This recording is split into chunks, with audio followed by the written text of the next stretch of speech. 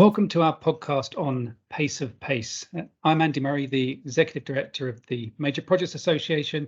It's my pleasure to welcome you to yet another one of our podcasts following up on a seminar where we've delved into a particular topic. So this particular podcast follows up on an event that we held on Pace of Pace, and that in itself follows up on a webinar that we held back in the autumn of 2020. So if I just wind the clock back a little bit, in the summer of 2020, the Project Speed initiative was launched by the UK government, and it had a promise to review every part of the major project lifecycle in pursuit of not just faster, but also greener, better delivery.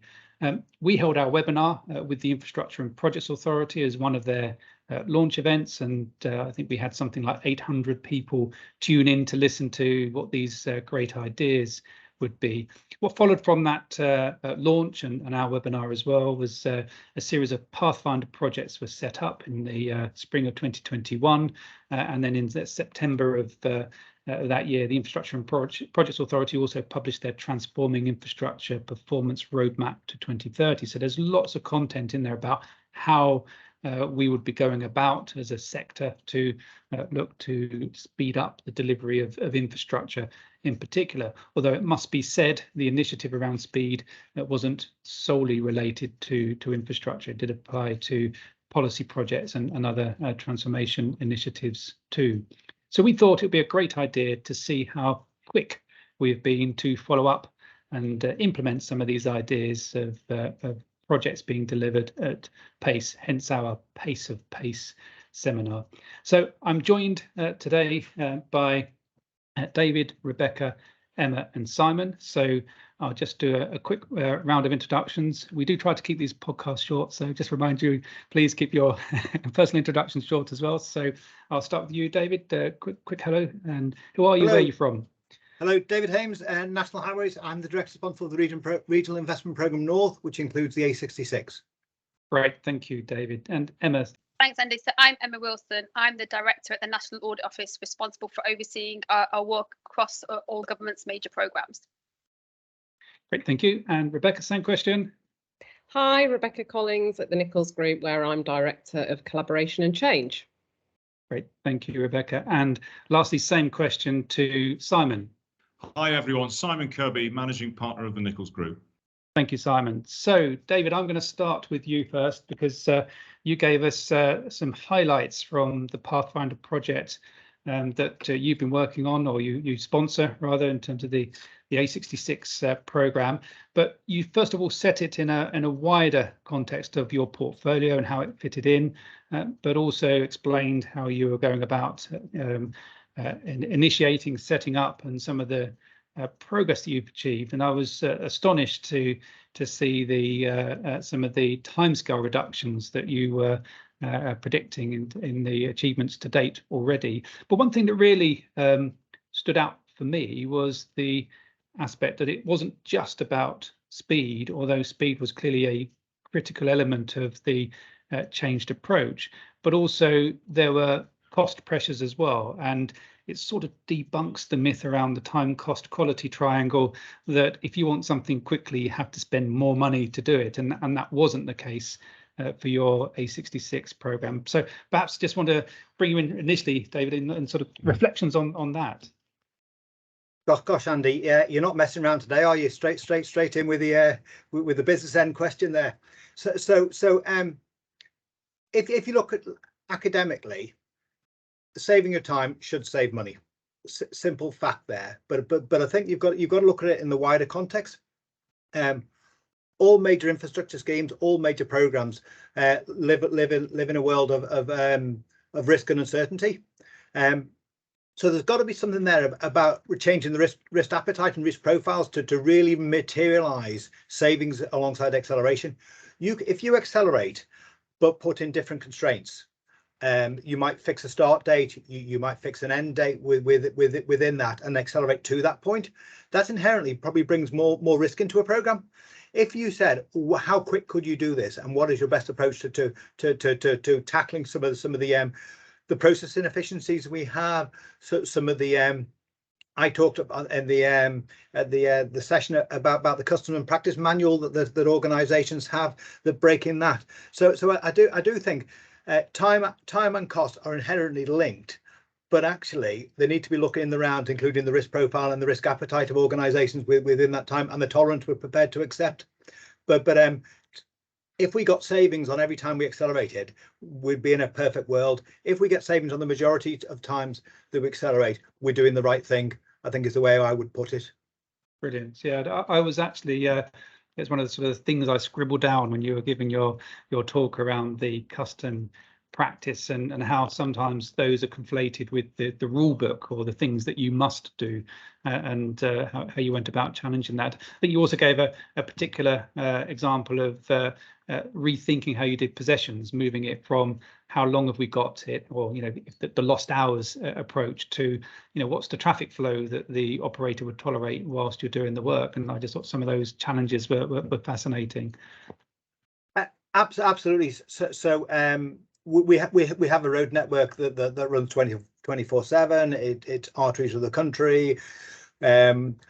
We have a requirement to our customers, but both the general public plus the freight operators, etc., to be predictable in what we do.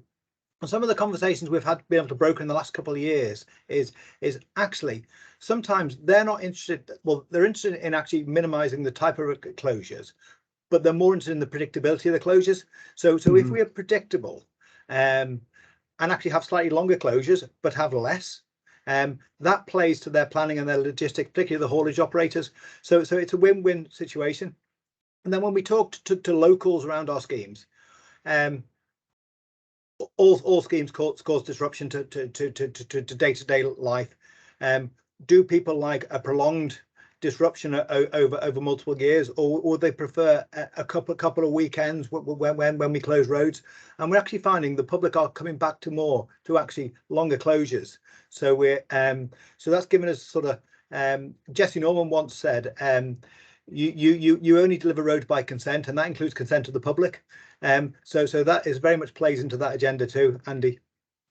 Yeah, so it's looking at all the different aspects, and if you like, even the players that have a role to play in terms of prolongating schedules and so on. A key feature of the Pathfinder program that I picked up on, and it was also a feature of the work at the Anglian Waters Strategic Pipeline Alliance that we heard about as well, was the product factory, and the fact that you've got these 35 products, delivery products, that you've worked on, that got sort of proven designs, and importantly, you also said proven methods that went with it as well. So perhaps if you could give us an example, when you mean delivery products, what do you mean? What would one look like?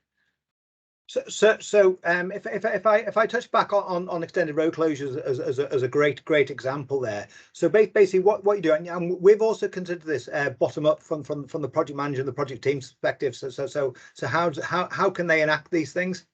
So we've basically built a toolkit of the questions they should be asking and the type of consultation they do.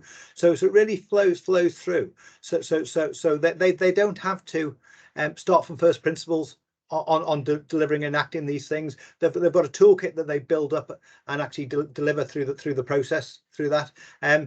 I would like to say they've all been tested now, but a lot of them are in test mode now. I think we're up to about 38 across national highways now, and the product factory really gave us the opportunity to make interactions and actually deploy them multiple times, which is one of our sustainable approaches going forward. Yeah, and it's a legacy as well, that it's not just the improvements on the A66 program, but I assume that those products will be reusable elsewhere on your network. Oh, absolutely. For the I think we had probably 10 primary ones on the A66 because of speed now, and we've developed into 37 elsewhere. And so some of the savings delivers pure time saving on schemes in relation to starter works or open for traffic, but others are used to give us additional float into the schemes and actually mitigate some of the risk, particularly when we interact with with partners like Network Rail and closures when we've got to book them so far in advance. It just puts a bit more elasticity into the program to secure more certainty in those closures. So sometimes they don't always transpire, Andy, as savings, but actually within our project delivery circles, that they're seen as wins, because they're actually just taking some of that tension out of the system sometimes that helps to successful delivery. Great, thanks. So these improvements and these products haven't, sort of spontaneously sort of appeared by themselves. So one of the things you explained when you gave us your walk through, what the Pathfinder program looks like, is that you've got an assessment-based approach where you see where these products and where the opportunities can be applied, but also you've got a support centre. So can you just explain sort of how that was set up, and is it one just for the programme, was it one that sort of supports multiple schemes? So I'll start with where the ideas come from. The ideas generally come from lessons learned. So what we did was we went back and trawled lesson learned, spoke to project teams and find out where they find their angst and their issues were, and where they thought they could do that. Then we limited the interventions to interventions that we could have ready to deploy within 6 months and make a meaningful difference within 2 years. That doesn't mean all the other great ideas were lost, but they were handed on to people on a slower burn within their functional areas. So it was really focused on those tangible interventions we could make now. And then so with some external partners, we basically tried to make this simple as we could to the product owners. So we had authors who were writing this up in a very lay form that people could understand. So they were interviewing the product owners on how they would make a difference, and then challenging the scope and everything else. Then we went through a triage system, but basically with a quasi panel sort of vertically taken from the business from all levels. So will this work? Will it make a difference? What are the blockers? Kind of flow through that further. And then we produced say the 37 that we've got at the moment. We go to a project team and say, here are the products. Which ones do you think are most applicable? No project team has taken on more than 8, I think, at the moment. At any moment in time, we will revisit those projects at different times. But we felt 8 to 10 was probably enough to take on in the first go. And then we wrap around an aftercare team who'd been involved in the product development. So if there is a blocker with the product, we weren't expecting the project team to go and sort it. We had a separate team to go and solve that problem out, because some of these were being used for the first time. That aftercare team, as we called it, was across multiple projects. It was across up to 16 projects at any one time. So it was great that we were able to interact the learning. So where there was blockers on one scheme, if another scheme was 2 or 3 weeks ahead, we worked a solution. We pushed that back through. So that was a huge team of 3 people. Kind of thing. It wasn't a big team. It didn't need to be big, but they needed access to the right people to ask the questions. So it was really about connecting dots. And I think probably Rebecca will probably talk about that a bit later, about how you connect things across organisations to make them work, because the power is in lots of the organisations that we work in at the moment. We know what needs fixing. We just sometimes haven't got the time, maybe the appetite, maybe the effort to go and do it. So we took this offline to do it offline, and then put that dedicated support team around it. So the project manager and the project team could focus on their day job. Yeah, that's a great top tip. As a small team, because there is a danger you sort of flood these sort of central functions, and then they end up with pace issues of their own. One other aspect that I thought was really interesting, and I'm not going to ask you a question on this, David, because I've grilled you enough already. But it gives me a nice segue to Emma. So it's a dubious link, but I thought I'd just reflect on it anyway. But you mentioned the need for stronger relationships there. You said joining the dots together within your organisation, but you also mentioned in your talk outside of your organisation, you mentioned the relationship with the Department for Transport, and through that you agreed a scheme of progressive assurance. And so that it can be sort of immediately obvious why progressive assurance through life of the activities can yield savings, rather than doing a whole load of activities coming at the end, the plan, do, review, check, and then go back again. So I can see the benefit of that. So that's my dubious link, Emma. So from assurance to the National Audit Office. I know it's a different role, but you did a review across a number of programs that had been delivered at speed, and you produced a report on lessons from programs delivered at pace. I know you gave us a talk on it on the day, but for the benefit of our listeners who may not have attended the event, I thought perhaps if you could just give us a quick highlights of what your key findings were when you did those reviews across a number of programs. Yeah, thanks, Andy. So, I mean, our reviews and from what we found from looking at our reports is that there's different elements to delivering at speed. And what we've seen in the last few years is that government has wanted to deliver things quickly, not just efficiently, but deliver things in a real emergency situation where actually speed is of the very essence to them achieving the overarching outcomes that they want from the kind of the change and from the program. I mean, just look at kind of the vaccines program where, the aim was to get a safe, reliable vaccine out to the public as fast as possible. Look at EU exit, a whole spectrum of programs brought together in the portfolio where we had a fixed deadline at which we had to exit the EU by this date. That was our kind of a driver for our speed. So the NAO took all the insights that we'd gathered from across these programs delivered in these situations to pull together what we thought was really important. And this kind of differs from, there's lots of talk about kind of Project Speed, within Treasury and their kind of initiative, which is really designed on making a much more efficient process and speeding up those kind of standard procedures you're expected to do. Whereas this is kind of a slightly different take. So for us, the main kind of lesson or insight, if there was one takeaway that you should kind of listen to, is actually to deliver at speed is all about understanding the risks and actually accepting the fact that actually, okay, I want to do this quickly. It is going to be risky. It is going to be harder to do. Actually, are those risks worth taking, and can I manage the risks? And I think that was kind of, we boiled it down into kind of a one-page guide for decision makers, which kind of set out that. Some of the risks that we've seen. I mean, David talked right at the outset of his kind of conversation around kind of doing things quicker, kind of save time, save money. But actually, sometimes, the kind of the speed on we've seen it costs more money. We looked at the ventilator program where they wanted the ventilators quickly for COVID-19. So they looked at manufacturing, they looked at building their own, they brought in all the technical expertise. They knew it was going to cost more, but they had some cost saving, they had some ways to manage those risks later. There's risks around the people. We saw EU exit kind of, in 1 month alone, 1,500 people drawn from across the civil service into kind of the department to deliver this. A mass movement of people, which, it created risk in itself in terms of the knock-on effects, but also it's hard work. We have stats in there kind of around on the kind of the number of people leaving the civil service on the back of that. It's kind of hard work. And you add on that in terms of the kind of the risk of not achieving outcomes, and we've seen a number of programs not delivered at speed. So we kind of set out those kind of real factors. You need to understand why you want to do it, what are the risks, and whether these are worth taking. And then we go on to the second part of the guide to outline some of those kind of conditions for success, how you should manage the kind of the more detailed risks once you decided to go ahead, which was the crux point, and how to manage those.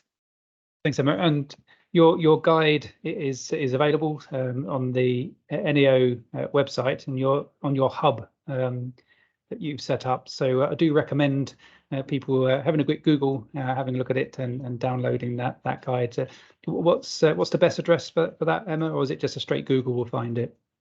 Hopefully a straight Google will find it, but the NAO website, nao.org.uk, and then from there it's there, and all our kind of reports, all of our back catalogue reports are linked in there and linked into our hub homepage.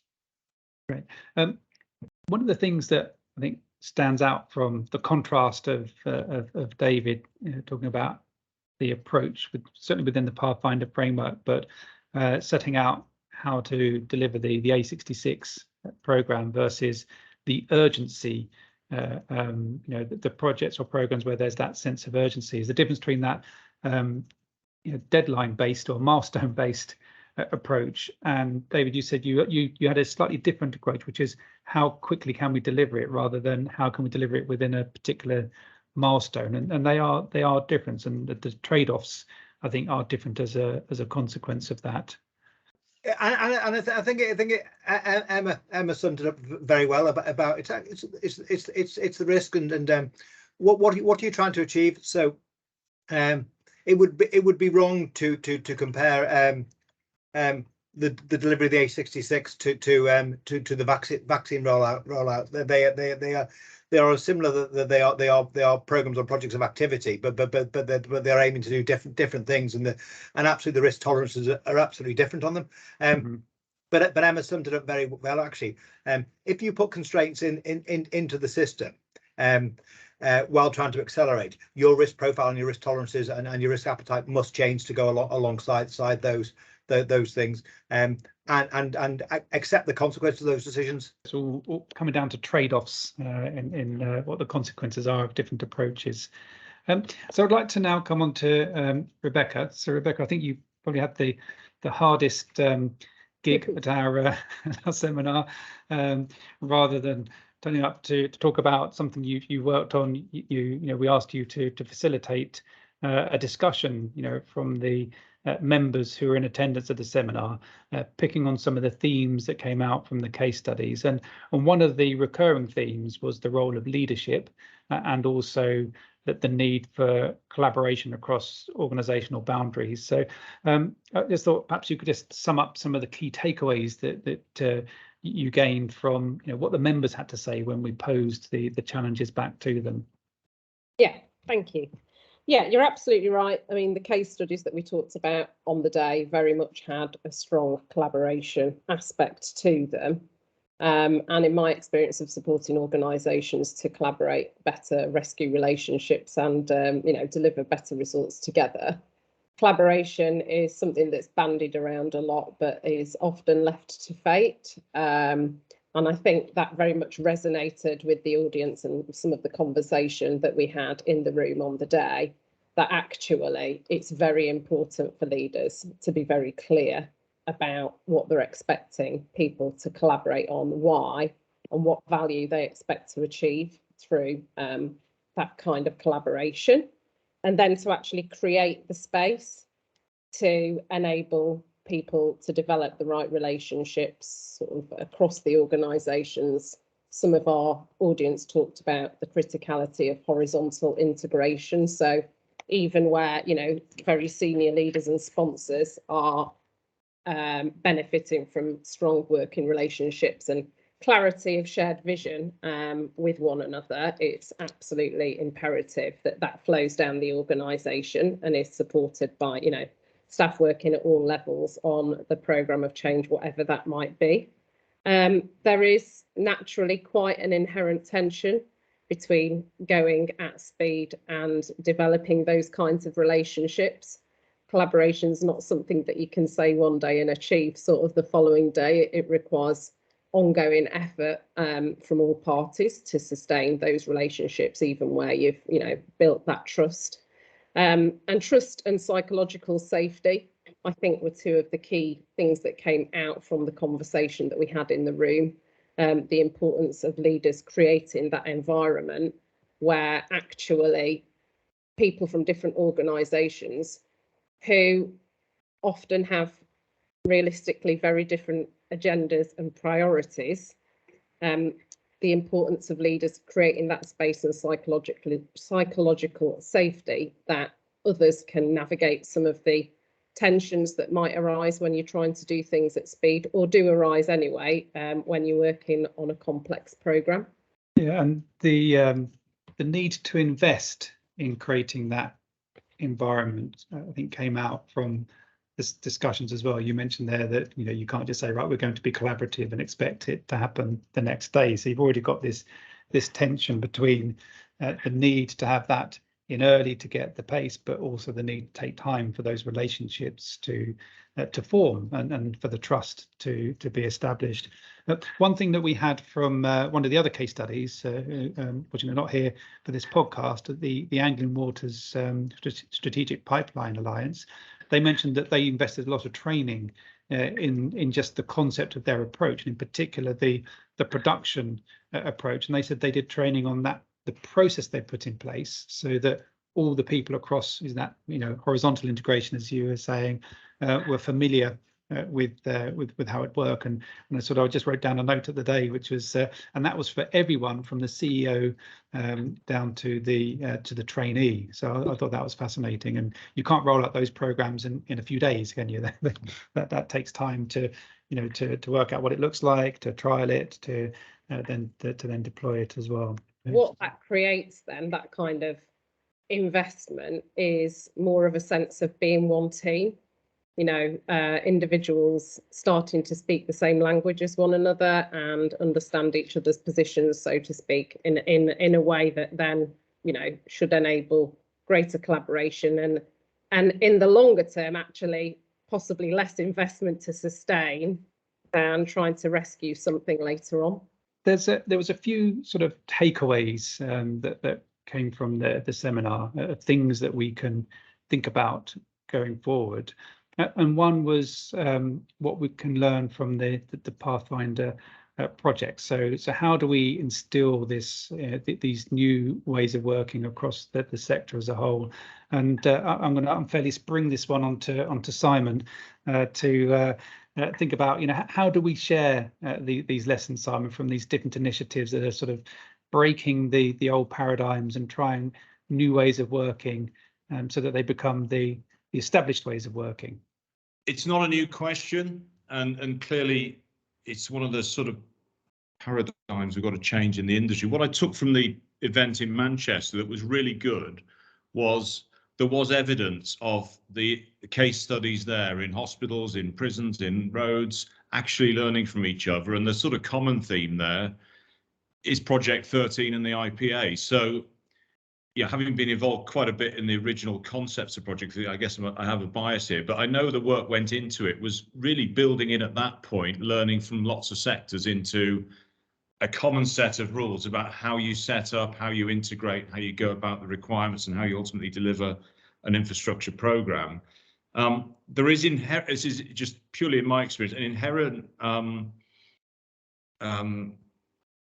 issue around people in major projects not always wanting to learn from other major projects because their own approach, their way is a better way of doing it type thing. A few of you nodding, so clearly none of you ever seen that. And in a sense, when you create a project, you want it to have its own identity. You want it to feel like you've got the best people in the world capable of delivering that program. And by doing that, you're almost giving a message that, that's sort of okay, and it isn't. So you need a balance clearly of how do you get best practice learning, but also how does it apply to you in your program? Because if it was just a question of applying Project 13, it would be so easy, wouldn't it? And of course, the reality is it is just a set of generic rules. How you apply it, you need the best people possible, the best suppliers possible to do that, given the complexity of our programs. So I think it's not an easy question, Andy, to answer, but it does always come back to people. And what I took from the event in Manchester that felt a bit different actually was there was a common theme there and a common desire to learn from each other. And whether that's a shift in project leadership, quite possibly as well, in that leaders now are more open to change and open to thinking. But it's just one we've got to keep striving for and continually look at improving. Another point, we did some work in Network Rail about a year and a half ago about how we apply Project 13 within Network Rail. So we, Nichols, now did this work with Network Rail. And when we had original sessions, people were quite, what's this Project 13? That doesn't really apply to us because of what, for all sorts of reasons. Once we went through it several times, and frankly, we wrote it in a rail terminology that people could understand and relate it to their environment. And these are really good people, very knowledgeable in their environment. Said, yeah, that does apply to us. It is applicable, and they've now adopted it. So it's having that ability to take something from another area and turn it into something that's applicable for whatever infrastructure they're involved in. Yeah, there's that repeatable aspect coming through again there. And David was saying earlier about the products, and some of those will be what I would call management products that not necessarily sort of built environment type products as a way of accelerating delivery.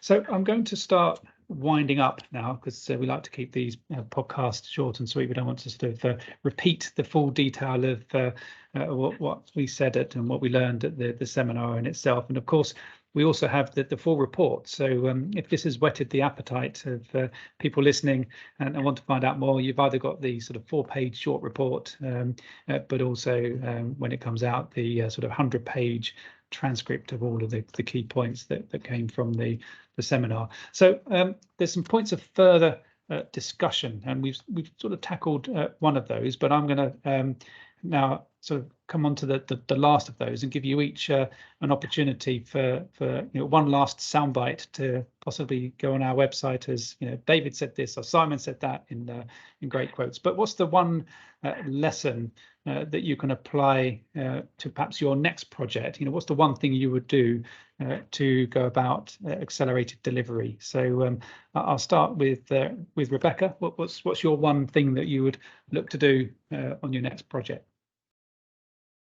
I think building space and time from the outset to not just think about the contractual relationships, but the actual relationships and how you are going to invest in those, rather than leaving that to fate or hoping that others will sort of sort that out amongst themselves.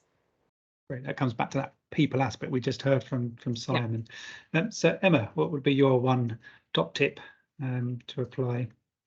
In some ways, it builds on kind of what Rebecca says in terms of that kind of softer side, is just having the right open, honest, transparent conversations at the outset, to understand whether you can strike the right balance between the risks of doing things, whether you can manage the balance of doing things at speed and delivering an outcome. Yeah, so keep that focus on those outcomes. Simon, back to you. Yeah, a common theme, but I'd take longer on the overall strategy and thinking about, if this is a 10-year program, what's this project going to look like in 5 years? What will the stakeholders be like? What will the market be like?